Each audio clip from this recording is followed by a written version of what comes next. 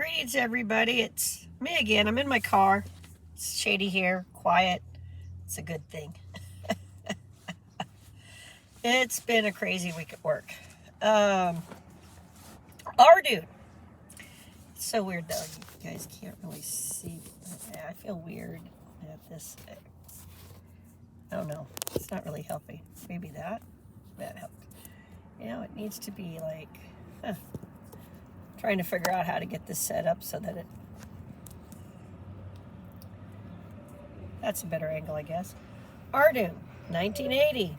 Time to do another episode. Haven't done one for a bit. We left off at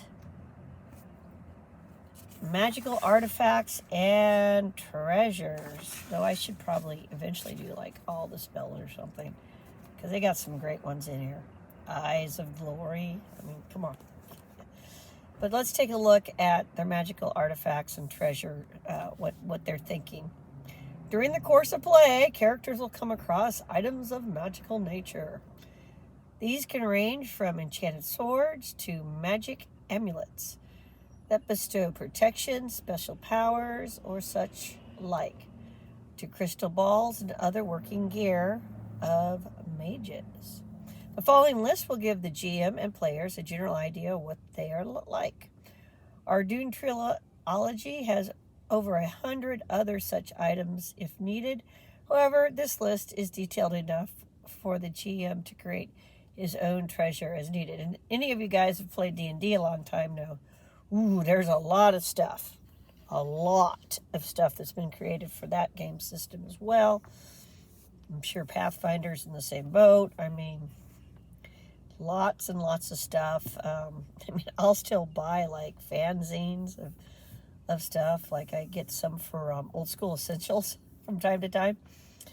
And I can't help myself. I want to see what other people have thought up, especially if it looks cool. So, crystal ball. That's a standard thing. Usually 4 inches to 10 inches diameter, and of clear white crystal. These devices may be used by any mage.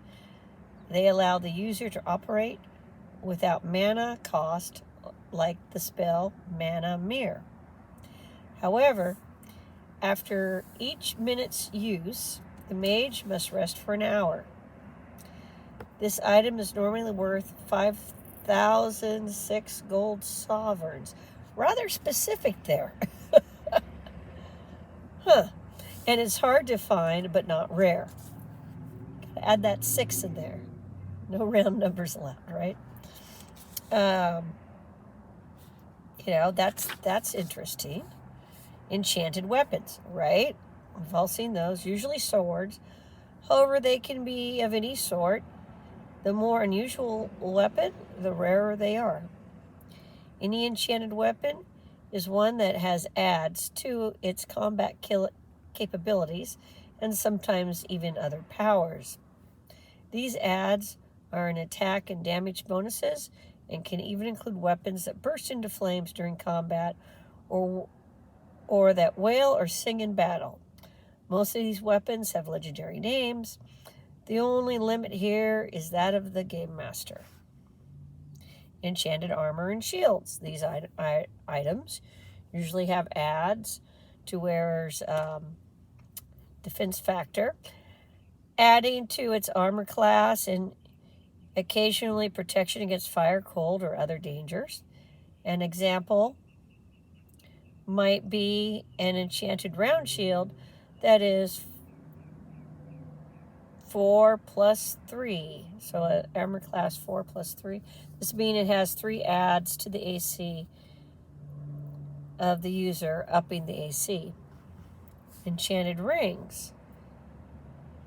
These when worn, can protect against fire, cold, dragon breath, or whatever by adding adds or pluses to the character's saving throw, or it could bestow invisibility or the ability to see in the dark, anything the GM thinks appropriate.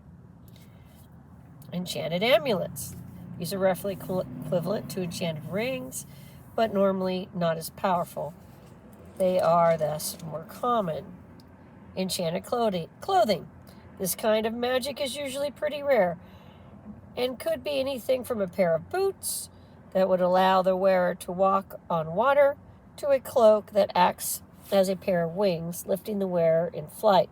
GMs should be careful about this kind of magic, making it hard to find.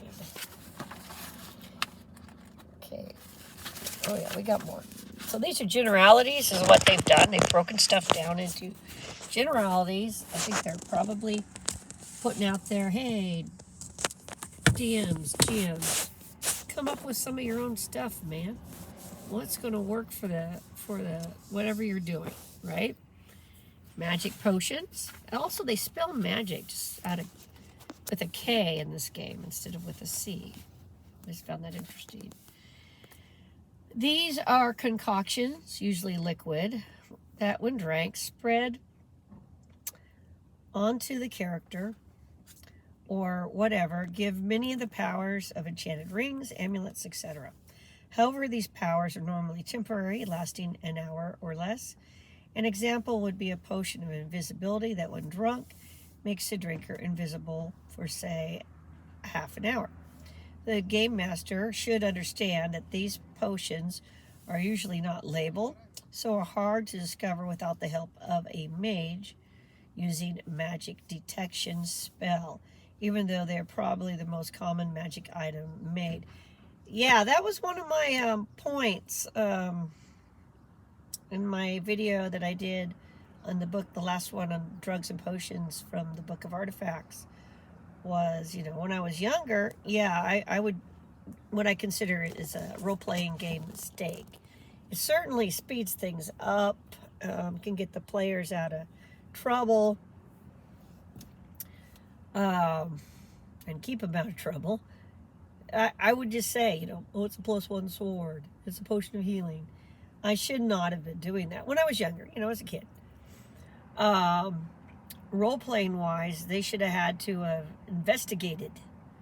They should have had to find out, you know what I'm saying? And that's, I gotta look, the camera's way over here. I got, that's what I'm thinking. Many years later, it dawned on me as an adult, I shouldn't be doing this. So I stopped. But I still see people do it. And I'm like, why are you telling them? No, don't tell them what it does. This is a mysterious fluid. It could be a potion. It could be poison. You don't know. That rusty sword could be a rusty sword, or it could be, an ancient artifact imbued with power. And maybe it's going to help the players, or maybe it's going to hurt the players. So, just saying. I'm getting a message. Something's scheduled for 9:30. Obviously not today. Oh, okay. Monday. The schedule update on my watch just came through. Other magic. This category can encompass anything from an enchanted boat that can sail on land as well as water, to flying carpets, or enchanted stone and wood figures that can move, fight, or do other things. These items, however, are extremely rare and usually only found as the property of old and powerful mages or priests. Special note: priests seldom make magic artifacts, but if they do, it's almost always of the lesser kind and of protective nature. Also, GMs should strictly limit magic items to be found in the game until such time as his world has become established and running well. See, that's hey, before you start throwing too many monkey wrenches into the game, make sure you're ready for them. That's a note, and it's good advice. You need to think about what the introduction of new technology, because that's what you're doing, will do to the environment. Like, I have a lot of questions about modern D&D and what I see, and it goes back to older D&D and what I was seeing. And they're good questions. Like, if, especially modern D&D with magics everywhere, everybody's got magic. Well, then why aren't doors just magically opening and closing for people? Like, that should be a thing. Like in all the towns, right? You know? You know, there's so much magic in 5e. It's crazy. So I'm just like, why don't they have, you know, some kind of magical enchanted thing that they can talk to each other, people around town, you know, if you have that much magic, like some of the stuff I've seen. It's crazy, especially the player characters. So, and the NPCs. So I'm just like, wait, well, we can just use magic and create a modern society. Yeah, I'm very confused about what I see sometimes in games. Anyway, I know what I would do. You know, let me loose. You know, when I'm in chats and stuff and people are running things, I'm the one in chat going, ooh, we can make a grenade out of that. We can do this with it.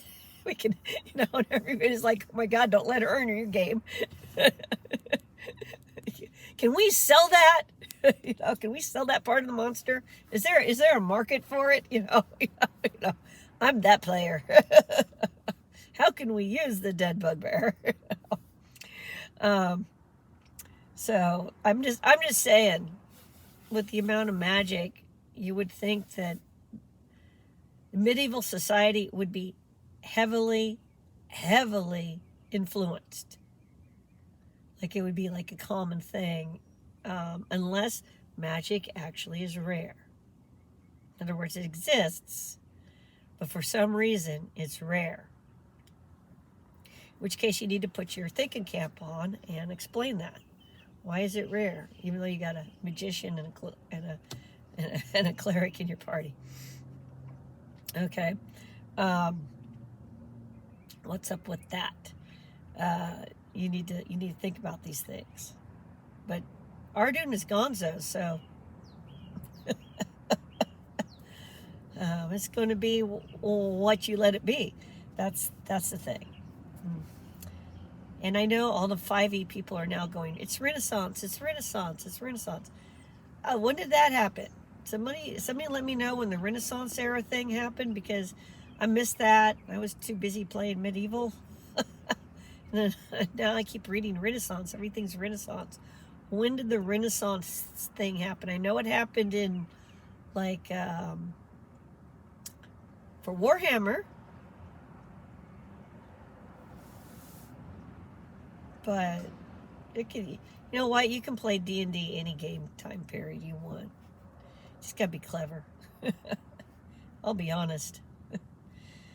Okay, magical constructs. Mages have the ability to construct several items of magical might when they have graduated from their studies. These items are: 1. The personal book of power, wherein they write down all of their magical knowledge as they learn it. Each mage, upon the graduation from a mage college, already knows any 3 OP1 spells, plus 1 more for their intelligent points over 15 they have. So you get more spells in the system. Those of you, if you're into mages, you should be going, woo! 2, magical scrolls. As parchments that have the full essence and power, as well as all the necessary mana required for the spell infused into it. Written upon the parchment is a trigger phrase that must be spoken in order to release the spell contained within the parchment. This way, a mage can carry several spells he has previously loaded into these scrolls and not worry about having to memorize them each and every day. Remember, though, that once used, a scroll is empty of mana that was previously there. It is therefore useless. It costs 1 mana point for each mana point of the spell thus loaded, i.e. nothing extra to load a scroll. Nice scroll rule. Good idea. Mages, since you can only memorize so many spells, doesn't matter whether you're playing Arduin or D&D. And since an old D&D rule was that your book stayed back, I don't know, someplace safe, you would need scrolls. Seriously, you would need them. Otherwise, your mage is done and they go home. Or what everybody ended up doing was, you can take your magical book with you. Your book of magic. I like Book of Power. Okay, 3, wands are small metal or wood devices that can be used to store spells, much like scroll does. However, the advantage to a wand is there is no trigger phrase that has to be spoken in order for the spell to be fired. The mage simply thinks the firing command and it fires.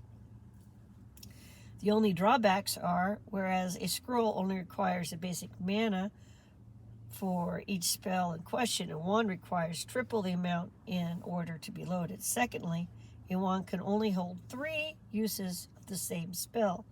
Thus, if a mage has a load the spell flashpoint into a wand, he could only put 3 of those spells, or 1 triple strength one, into a wand. And remember, each spell would cost triple the normal mana cost, i.e. a total of 9 times mana cost for 3 spells.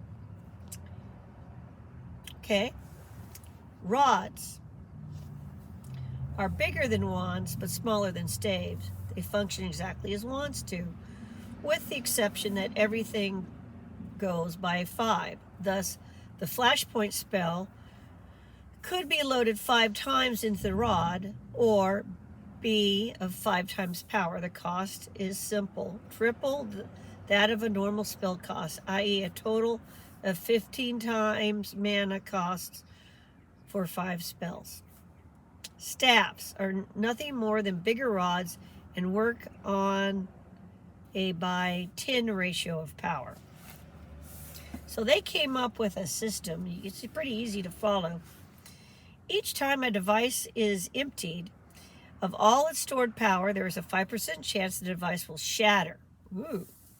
All wands will cost a mage about 50 gold sovereigns to produce. A rod will cost about 150 gold sovereigns, and a staff around 500 gold sovereigns. It will require about 3 days or so to build a wand, about 3 weeks for a rod, and about 3 months for a staff. Wands are not rechargeable, whereas rods and staffs are. Also, a rod can hold up to 3 separate spells.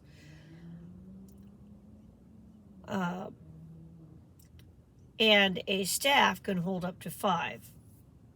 And, it's by 5s and 10s. So, a priest know 3 rituals as for mages and put them in their book of the word. See, I like that. Like I switched over years ago to calling like the clerics book, their prayer book, because I didn't like calling it the same thing as the wizards. It didn't make any sense to me, and it wasn't wasn't the right atmosphere. It didn't work right setting wise. All prices to be adjusted by the game master as necessary. Gonna stop there. There's more. Super spells and device magic. The artifact card system. Then it goes on to monsters. So, some good ideas, some ways to look at the function of magical items, and then how you want that to work in your setting, and how long it takes to create things. These are things you should think about. Downtime, your mages and your clerics could be doing some things, or they could be teaming up with somebody who does some things, or maybe there's a guy that in town, all he does is make scrolls of healing. That's all he does. That's his thing. Or there's a guy who does fireball scrolls or something like that. They like specialize. They might know more stuff than that, but that's what they do. You see what I'm saying? You should have those sort of things available. I mean, if you got those sort of things in your game, unless, of course, it's super rare. like, don't get caught, in the black market of scrolls, that kind of thing. I mean, maybe all the mages know how to do it, but it's super regulated, and the mages council will go after them if they find out they're making scrolls and handing it out to the peasants, for a price. So something to think about there. Okay. Subscribe, comment, like, but yeah, make them detect magic. Make them check for poison. Just because you detect magic on the sword doesn't mean you know what kind, right? There's a thought. Look through the spell lists for your various gems, and look at what the options are, and why not put those spells to work where suddenly they're valuable. Suddenly they need to seek out somebody who can do something because they don't got those spells, because they only worried about, let's say, healing and combat. But now they got all the stuff, they know it's important, and they want to find out if it does anything. Now they got to find out the guy who can do it. Check it out. Otherwise, they have to learn the old-fashioned way, which you should take a sip and see what happens, right? You try to use the weapon and see what happens. Hope it's not cursed. That kind of situation. So, yeah, think about that. I'm watching the clock because of work, I got to get this uploaded. So, everybody have a great day. But like on the one I did on scrolls and tomes and stuff in the dungeons, what condition would they be in? Probably not good, right? So suddenly that min spell, somebody posted that they finally have a use for, Yeah. Don't assume the stuff's in pristine condition. Right? Maybe it is a magical sword, and you found a gem on the floor, and it looks like the gem's missing from the hilt. It needs some repair work. It's still enchanted. The gem's enchanted, but the thing won't work right until you put it together. You see what I'm saying? It needs to be mended. Needs to go be fixed. Or it could be one of those things like somebody finds part of something, and now they got to find the other half. So anyway, everybody have a great day. Start thinking outside the box with your magical items a little bit. Start making them work. Make them work for it. It'll make it way more interesting. It'll give more flavor to your setting, rather than it's +1 sword. Okay, everyone have a great day. Bye.